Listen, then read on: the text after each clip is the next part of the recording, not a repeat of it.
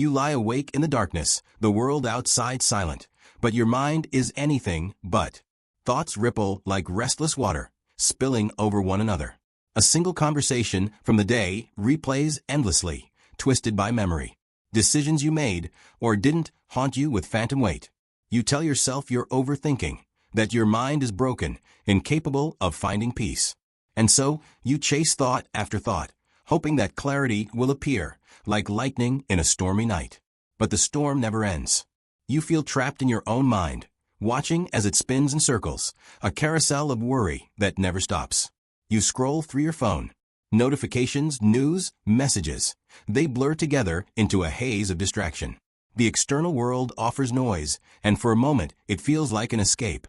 But as the glow fades, the carousel inside you spins faster. The irony is subtle but cruel. The more you try to quiet your thoughts, the louder they become. You blame yourself for being anxious, indecisive, or weak. You whisper in the dark, "Why can't I just stop thinking?" But in truth, your mind isn't the enemy. It is a guide, a compass pointing towards something deeper, something you are afraid to face. Overthinking is often misunderstood. We think it is a flaw, a mark of indecision or insecurity. We believe we must quiet it, control it, or banish it entirely. And yet, the truth is more subtle. Overthinking is rarely about the thoughts themselves. It is about what you are avoiding. Every spiral of worry, every imagined scenario, is a thread leading back to something you are unwilling to touch. A fear, a desire, a truth about yourself that is uncomfortable to see. The mind spins not because it is weak, but because it is trying to survive, trying to keep you from confronting what feels too heavy to hold.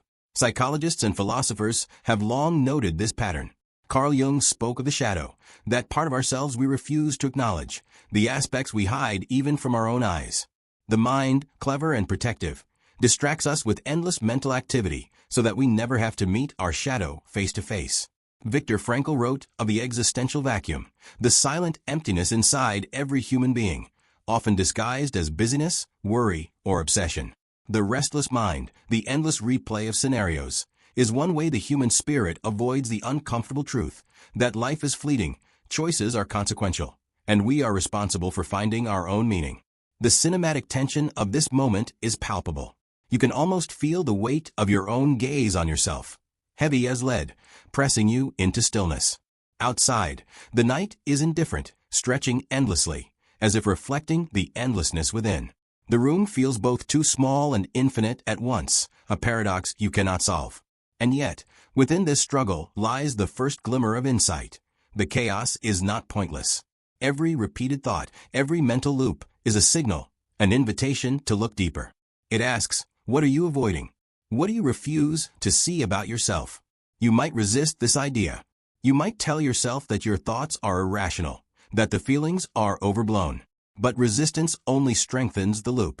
Avoidance feeds on itself, creating anxiety and tension that can feel insurmountable.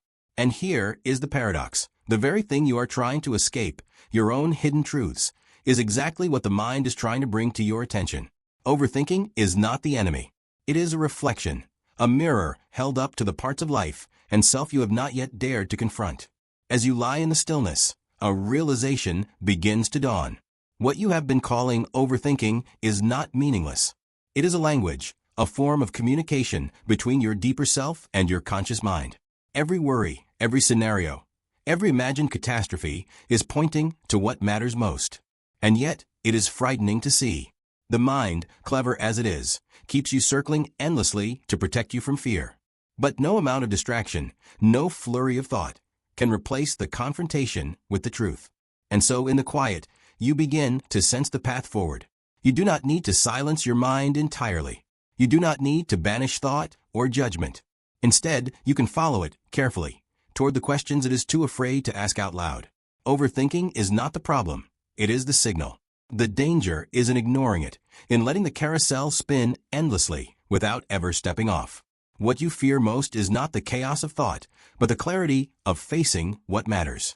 The night stretches on, indifferent and patient, and somewhere in the endless loops, in the spinning and the racing, a fragile awareness emerges. The mind's restlessness is an invitation. It whispers in quiet tones, look closer. Sit with what is uncomfortable.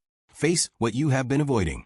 The moment of recognition is subtle, almost imperceptible, but it changes the rhythm of the night.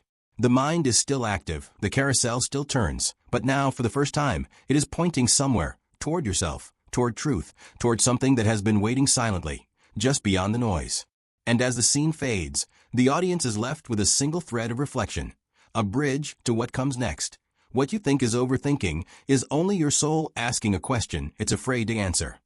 The mind, left to its own devices, is a universe in motion. Thoughts race, collide, and fracture into endless possibilities. What appears as overthinking is, in truth, a manifestation of avoidance, a strategy the psyche employs to evade what it knows must be confronted. Nietzsche once wrote about the dangers of distraction, of the human tendency to seek comfort in busywork and diversions rather than facing the essential trials of existence. Overthinking, then, is not the problem, it is a symptom.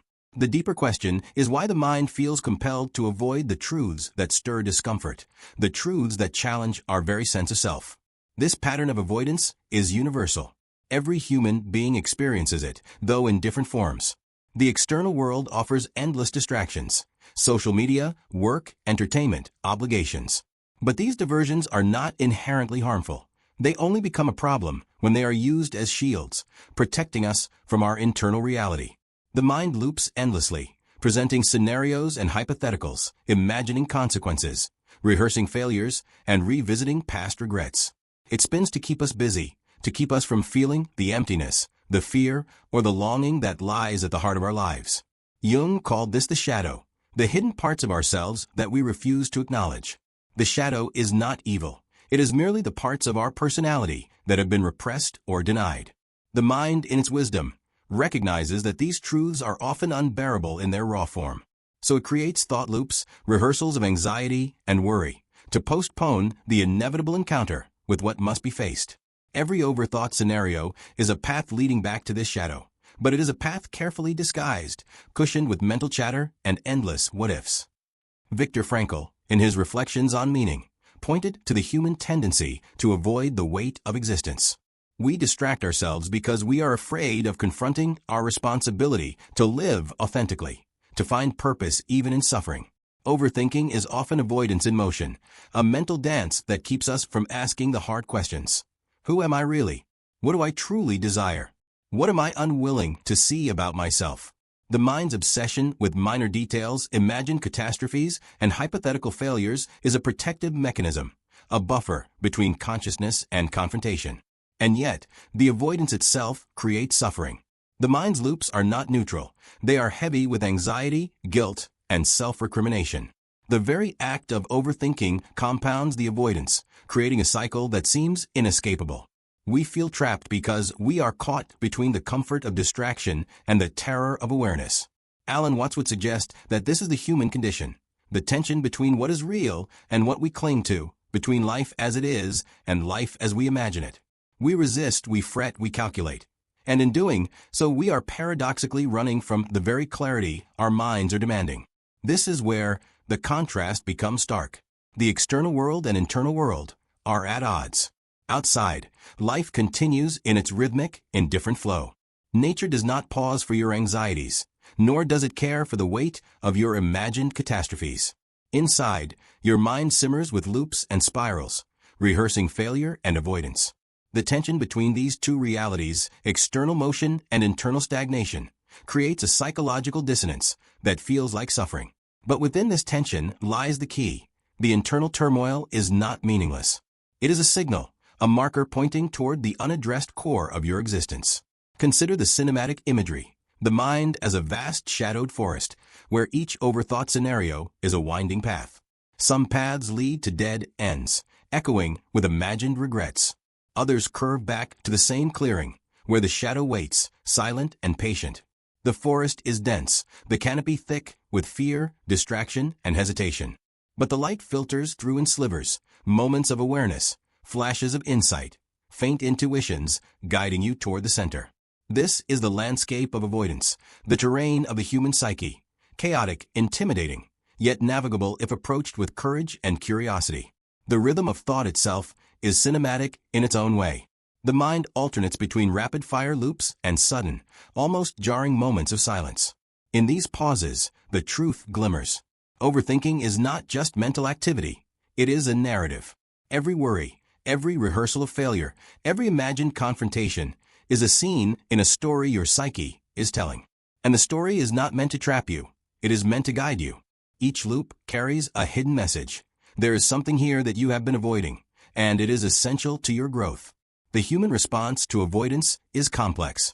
We fear the weight of responsibility, the vulnerability of authenticity, the exposure of our desires and fears.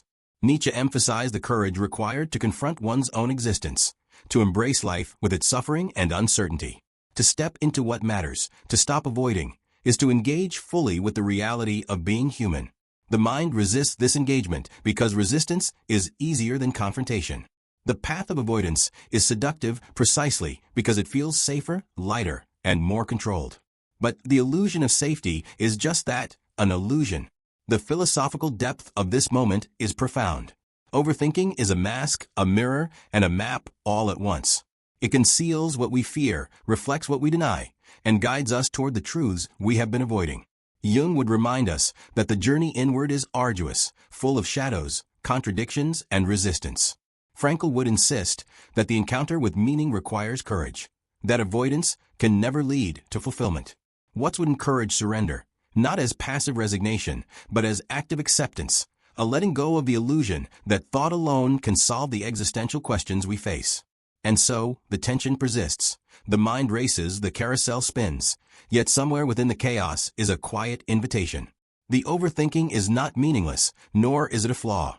It is a language your inner self is speaking, asking you to notice, to pause, to follow the thread of your avoidance back to its origin. To understand this is to glimpse the possibility of transformation. The mind's noise, the loops, the anxieties, all are signposts. Each repetition, each hypothetical scenario is not a trap, but a pointer toward what truly matters, toward the work the soul is calling you to do. As this section draws to a close, the audience is left with a central philosophical insight. Overthinking is avoidance, and avoidance is the signal that something essential is being ignored. The mind's loops are not a problem to be eradicated. They are a guide to be understood, a mirror of the inner world waiting to be confronted. The next step, the cinematic turn, is to move from analysis to action, to confront what is being avoided, to follow the thread of truth, to transform the restless energy of overthinking into the clarity of insight.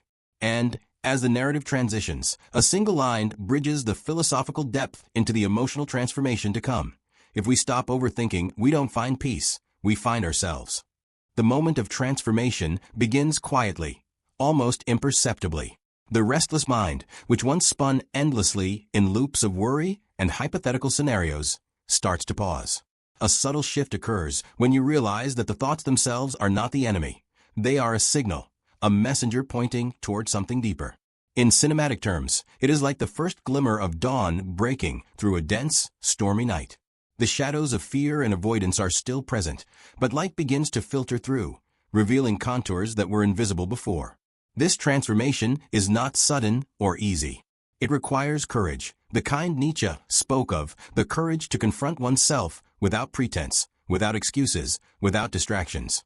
To stop avoiding what matters is to face the raw and unfiltered truth of your life. It is terrifying because it demands vulnerability. The questions that arise are simple but profound. Who am I when no one is watching? What do I truly want, beyond the comfort of routine and the safety of distraction? What parts of myself have I hidden, and why? Jung would remind us that this is the encounter with the shadow, the moment when you face the parts of yourself you have long denied. The cinematic imagery is powerful. You stand before a mirror in a dimly lit room, and the reflection staring back is not just a familiar face, but the hidden self, the parts you avoided through thought loops, busyness, and distraction. There is fear, yes, but there is also recognition. Recognition that avoidance is no longer a shield, but a cage. Overthinking, once your prison, becomes a guide leading toward liberation. Frankl's philosophy offers another layer of understanding. Meaning is not found in comfort or avoidance, but in engagement with life's essential questions. To confront what you have been avoiding is to align with purpose. Every moment of reflection, every pause in the spiral of thought, is an opportunity to engage with what matters. A conversation that needs to happen, a truth you have been evading, a decision that requires courage. The mind's noise transforms into a compass, guiding you toward authenticity. The transformation is cinematic in rhythm. Imagine a sequence of vignettes, a person sitting alone by a window, writing the truths they have long avoided, a silent walk in the forest, listening to the wind instead of the racing mind, a confrontation with a friend or loved one, where honesty replaces avoidance. Each scene is brief, rhythmic, and charged with emotion. The silence between thoughts becomes as meaningful as the thoughts themselves.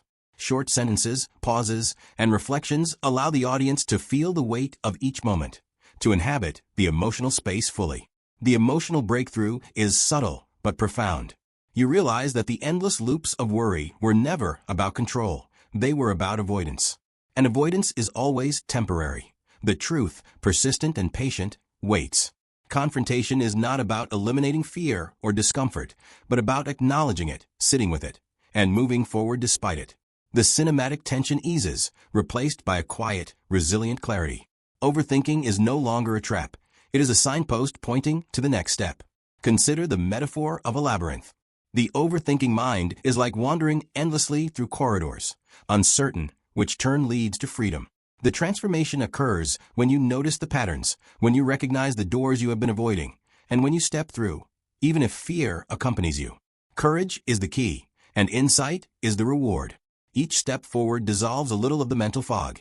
Each moment of honesty illuminates the path, and each confrontation with what matters shrinks the power of avoidance.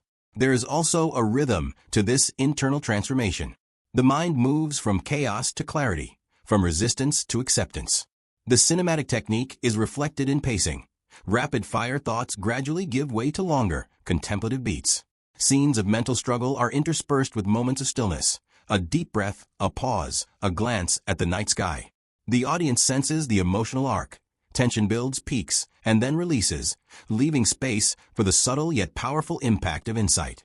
The realization crystallizes. Overthinking is not a flaw to be fixed, but a compass to be followed. The mind's loops are signposts, pointing toward neglected truths, unspoken desires, unresolved fears. Every moment spent in reflection, every hesitation confronted, every fear faced, contributes to a gradual alignment with authenticity.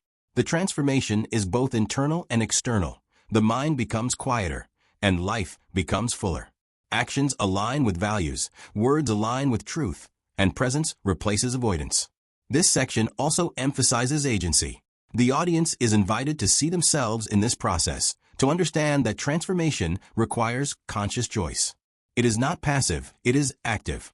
You cannot simply wait for insight to appear. You must step into the discomfort, follow the thread of avoidance, and face what you have been neglecting. The cinematic imagery reinforces this. A person opening a long-ignored journal, a solitary figure standing at the edge of a cliff, the wind whipping, but the gaze steady. Each image is a metaphor for courage, engagement, and awakening. By the end of this section, the emotional breakthrough is complete. The audience has been guided through chaos, resistance, and fear into clarity and insight. Overthinking is redefined. It is no longer a mental flaw, but a signal, a language, a guide toward what matters most. The internal tension transforms into purpose, anxiety into awareness, and avoidance into courage. The narrative arc flows seamlessly into the final stage, integration, where the philosophical insight meets daily life, and the audience is left with both emotional resonance and practical reflection. The night has passed, and the first light of dawn begins to filter through the window. The world outside continues in its ordinary rhythm. Birds sing, the wind stirs, distant traffic hums.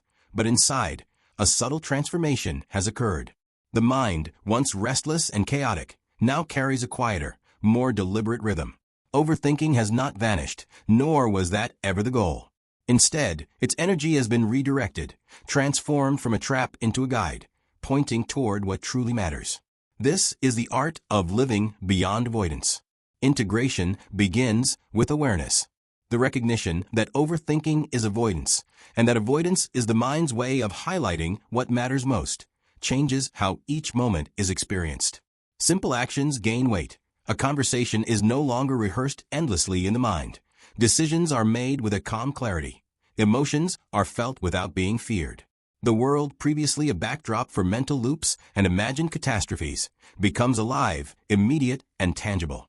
The internal and external begin to converge, like two rivers merging into one steady current. Philosophical insight finds its place in daily life. The courage to confront fear, to face the unspoken truths within, is no longer a singular act. It is a practice. Each choice, each moment of attention, becomes an opportunity to engage with life fully. The lessons of Jung, Nietzsche, Watts, and Frankl are no longer abstract. They manifest in the way thoughts are observed, in the willingness to embrace discomfort, in the patient attention to what has been avoided. The mind is no longer a storm to be tamed, but a compass to be read. Cinematic imagery helps to convey this integration. Imagine a person walking through a quiet forest, sunlight breaking through the trees in fractured patterns. Every step is deliberate, grounded, and present. The mind, once a chaotic storm of overthought, moves in rhythm with the body. Or picture someone sitting at a table, journal open, pen moving across the page. They write not to solve everything at once, but to honor the truths they had been avoiding. The scenes are intimate, reflective, and yet expansive, mirroring the internal transformation as it manifests in the external world. There is also a sense of continuity and patience in this stage. Life does not suddenly become free of challenge or uncertainty. Overthinking may still arise, but it is met with recognition rather than panic. The spiral that once led to anxiety now becomes a cue. This is important. Attend to it with clarity. The rhythm of life incorporates these insights. Attention replaces distraction. Presence replaces avoidance. Courage replaces fear. Overthinking, reframed, is no longer a liability. It is a guide, a messenger, a reflection of what your life requires. Emotionally, this integration brings peace without passivity. It is not about quieting the mind entirely or eliminating fear, but about inhabiting life fully despite its complexity. The cinematic arc reaches resolution in subtle but profound ways. A deep breath, a glance out the window, a smile at a shared moment. Tiny gestures that signify alignment between inner truth and outward life. The audience is invited to feel the relief and quiet triumph of conscious engagement, the satisfaction of stepping off the carousel and walking toward purpose. The poetic essence of this conclusion is crucial. The script closes with reflection, drawing a full circle back to the opening.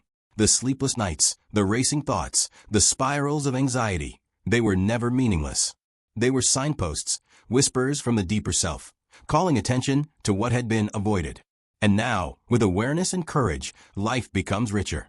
The internal chaos is transformed into insight. The mind's loops become mirrors. The fear once feared becomes a doorway. The final lines leave a lingering emotional resonance, cinematic and timeless. You were never overthinking. You were simply learning to see what your heart refused to ignore. The questions you feared are the very ones that lead you to who you are. And in facing them, you do not escape life. You begin it. The audience is left with a sense of closure and continuity. They are not promised perfection or a life without mental storms, but they are shown a path toward conscious living, toward aligning thought with purpose, and toward engaging with what truly matters.